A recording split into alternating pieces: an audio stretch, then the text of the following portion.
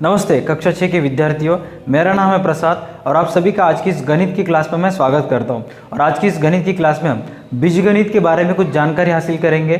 तो बिना किसी एक क्षण गवाए आज का ये वीडियो हम शुरुआत करते हैं। परिचय।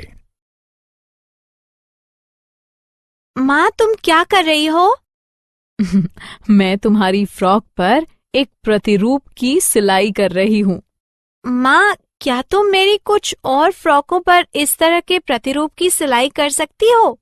क्यों नहीं, लेकिन मेरे पास उन प्रतिरूपों के लिए पर्याप्त बटन नहीं है। क्या तुम उन्हें मेरे लिए खरीद लाओगी वंशिका? ठीक है माँ। आपको कितने की आवश्यकता होगी?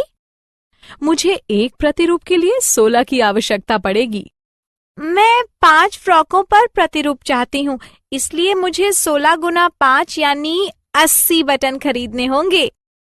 बिल्कुल ठीक वंशिका। बच्चों, इस पाठ में आप बीजगणित के बारे में सीखेंगे। उद्देश्य।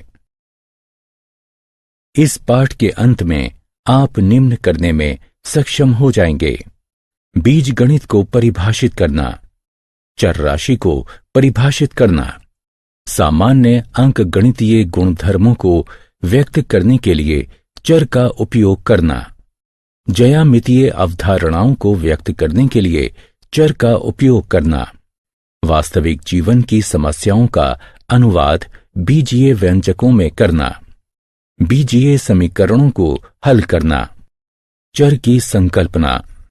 अनन्या लकड़ी के त्रिकोण का उपयोग करके नृत्याकृतियां तैयार करती है। एक दिन उसे अपनी सहेली रीता से 10 ऐसी नृत्याकृतियां तैयार करने का एक निवेदन मिलता है। अनन्या को उन्हें बनाने के लिए कितने त्रिकोणों की आवश्यकता होगी? नृत्याकृतियों को ध्यान से देखो। अनन्या इसे बनाने के लिए 9 त्रिकोणों का उपयोग करती है, इसलिए 10 नृत्याकृतियों के लिए अनन्या 9 गुणे 10 बराबर 90 त्रिकोणों का उपयोग करेगी। रीता की चाची इन आकृतियों को देखती है और उन्हें इतना पसंद करती है कि वो 50 ऐसे नग बनाने का आदेश दे देती है।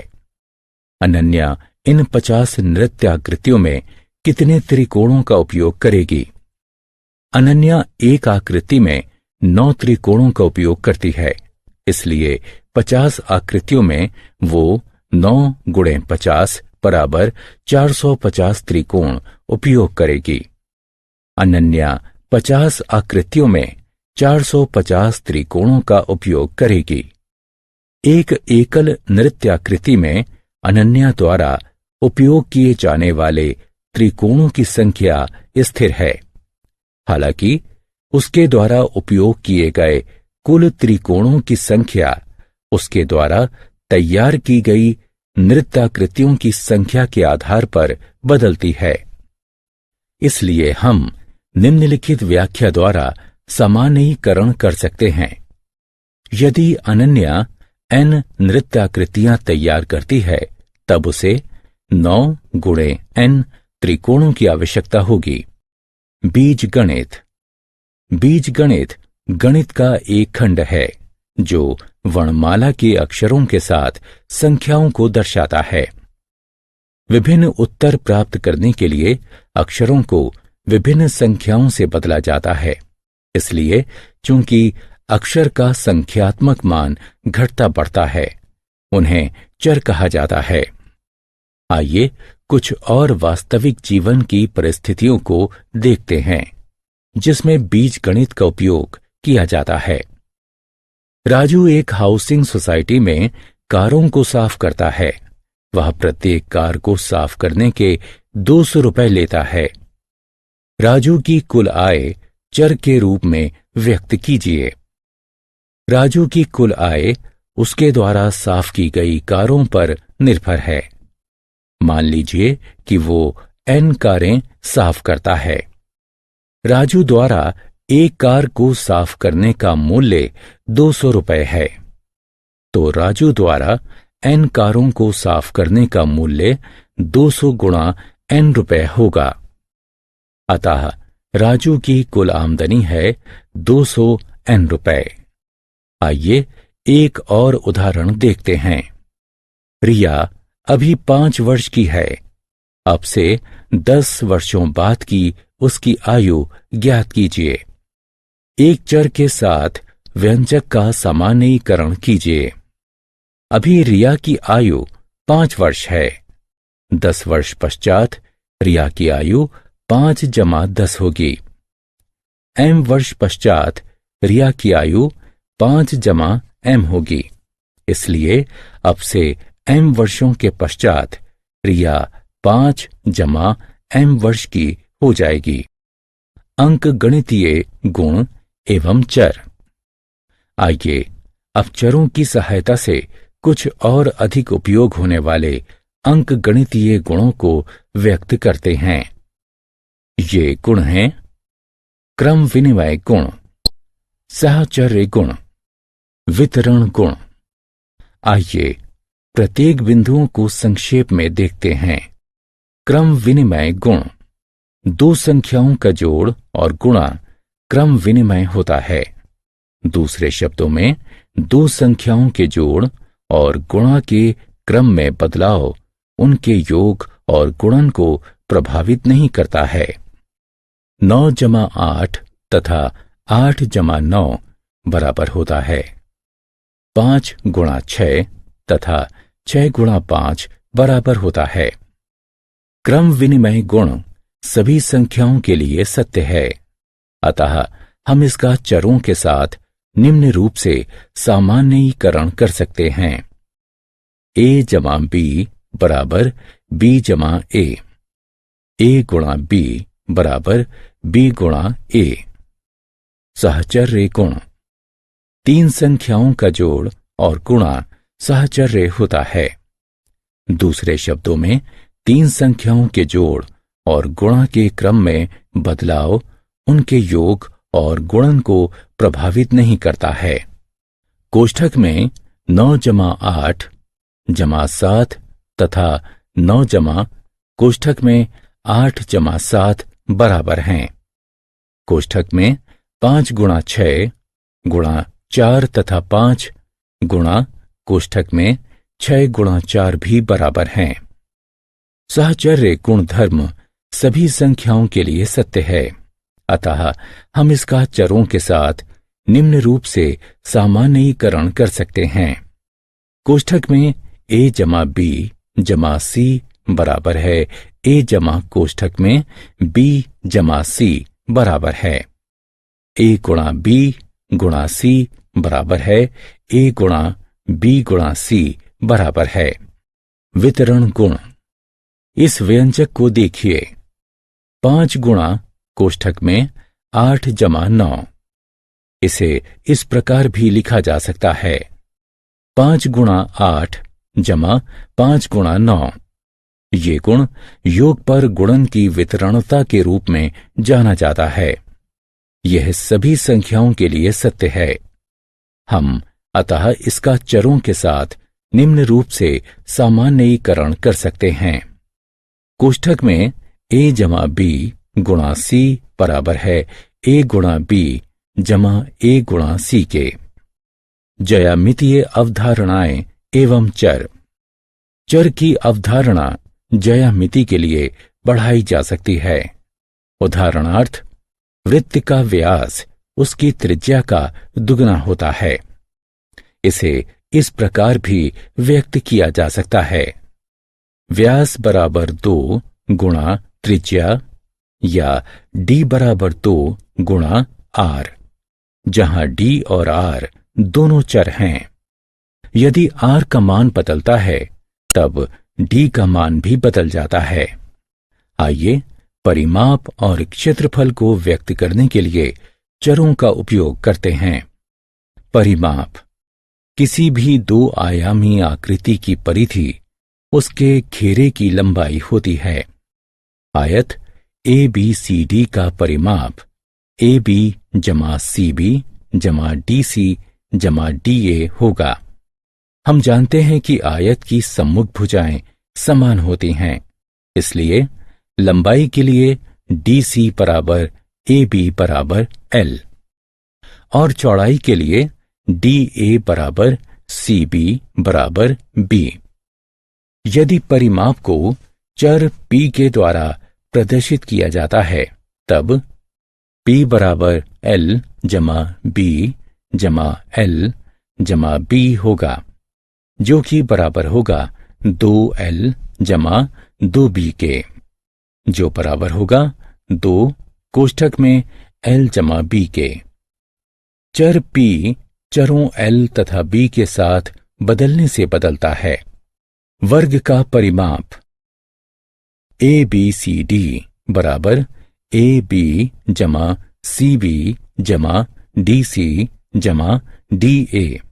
जैसा कि हम जानते हैं कि एक वर्ग की सभी भुजाएं समान होती हैं, अतः भुजा के लिए ए बी बराबर सी बी बराबर डी सी बराबर डी ए बराबर एस है।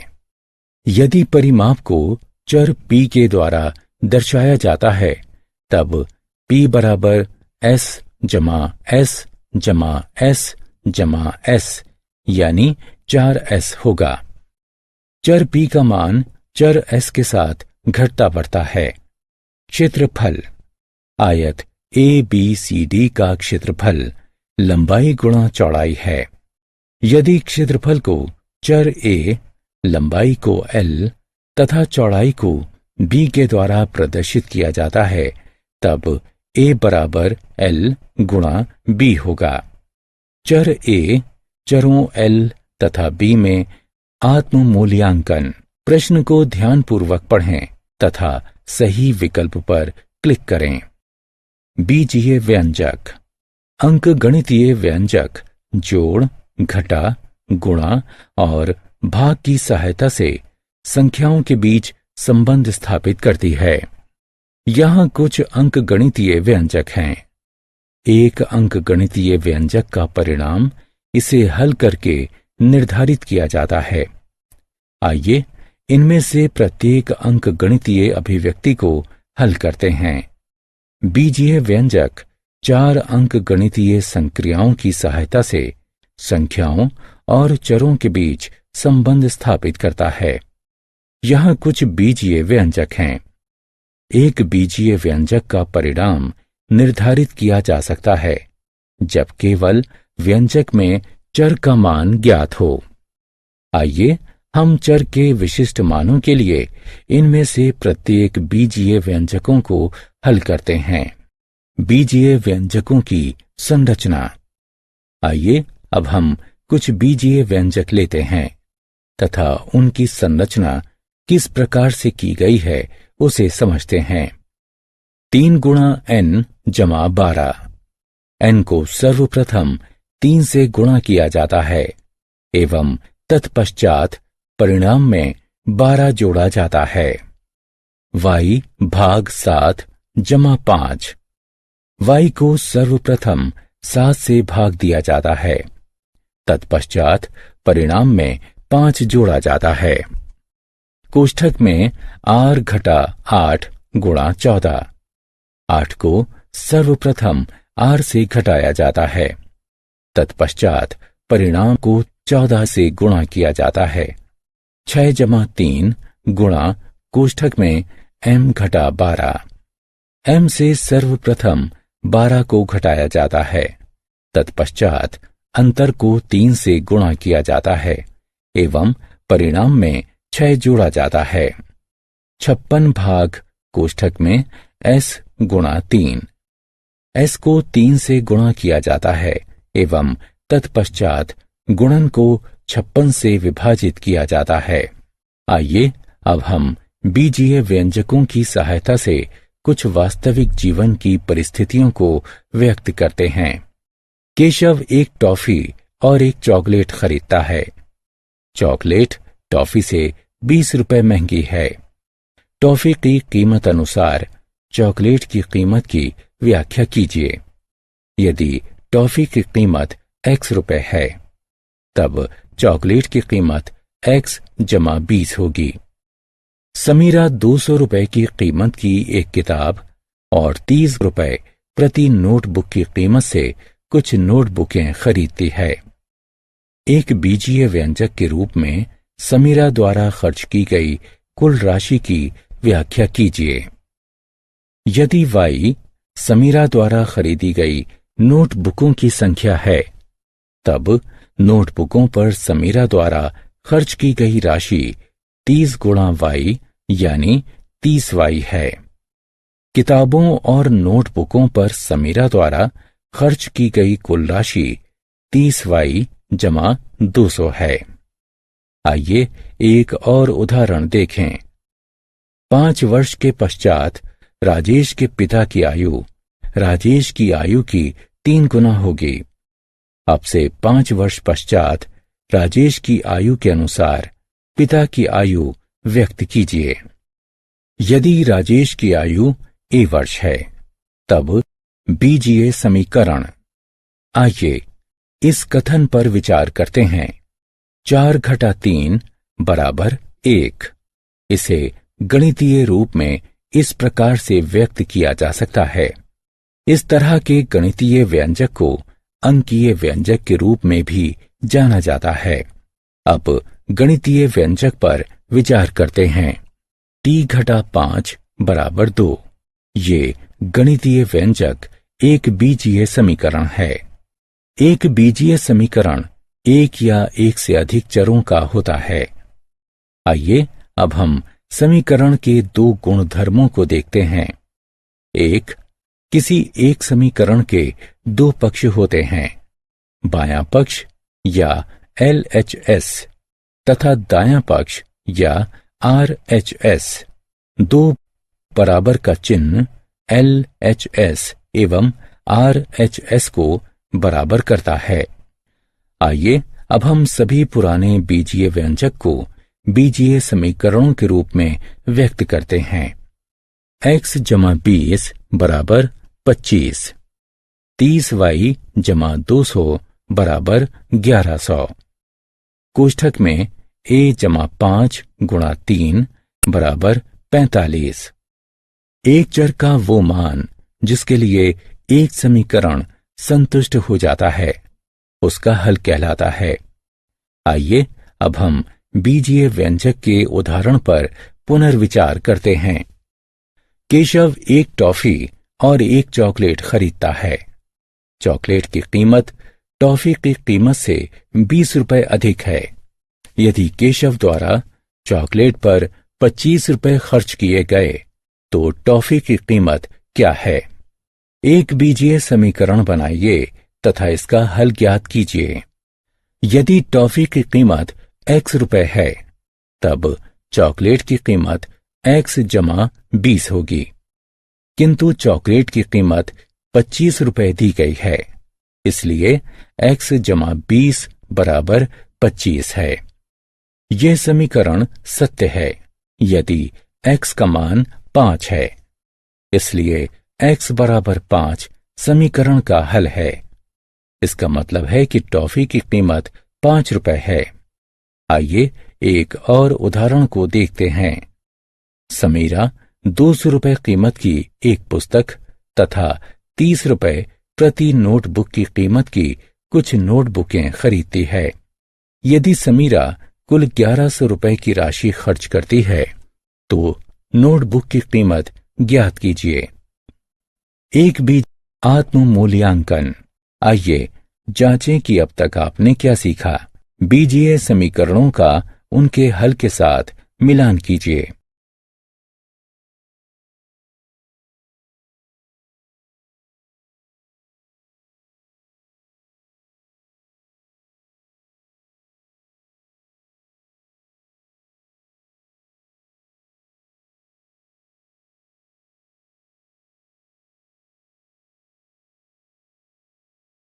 सारांश। आइए हमने जो कुछ सीखा है उसे संक्षेप में दोहराएं। बीजगणित गणित का एक खंड है जो वर्णमाला के अक्षरों के साथ संख्याओं को दर्शाता है। वर्णमाला के अक्षर जो संख्याओं को दर्शाते हैं चर कहलाते हैं। चर के विभिन्न मान होते हैं। अंक गणितीय गुणों को व्यक्त करने के लिए चर का उपयोग किया जाता है। ज्यामितीय अवधारणाओं को व्यक्त करने के लिए चर का उपयोग किया जाता है। बीजीय व्यंजक संख्याओं और चर के मध्य संबंध स्थापित करता है। समीकरण में चर का वह मान जो बीजीय समीकरण को संतुष्ट करता है उसका हल कहलाता है। आप सभी बच्चों का तहे दिल से धन्यवाद इस वीडियो को फिर से एक बार देखने के लिए। आप इस वीडियो को लाइक कीजिए, यूट्यूब चैनल को सब्सक्राइब कीजिए और इस वीडियो की लिंक आपके फ्रेंड्स के साथ शेयर कीजिए। अगर आप एक बच्चे के माता पिता हैं और एक वीडियो देख रहे हैं तो आपसे उम्मीद है कि आप प्ले स्टोर से जाके DA2 एकेडमी का ऐप डाउनलोड कीजिए ताकि इससे रिलेटेड और सब्जेक्ट के भी और विषयों के भी वीडियोस आप देख सको और वो डाउनलोड कर सको, या फिर स्टोरीज अपडेट हमारे चैनल से रिलेटेड अपडेट आपको मिलते रह सके। आज की वीडियो के लिए बस इतना ही। अधिक जानकारी के लिए डिस्क्रिप्शन चेक करें। धन्यवाद। आपका दिन शुभ हो। बेस्ट ऑफ लक बच्चों। Bye bye. अपना ख्याल रखना।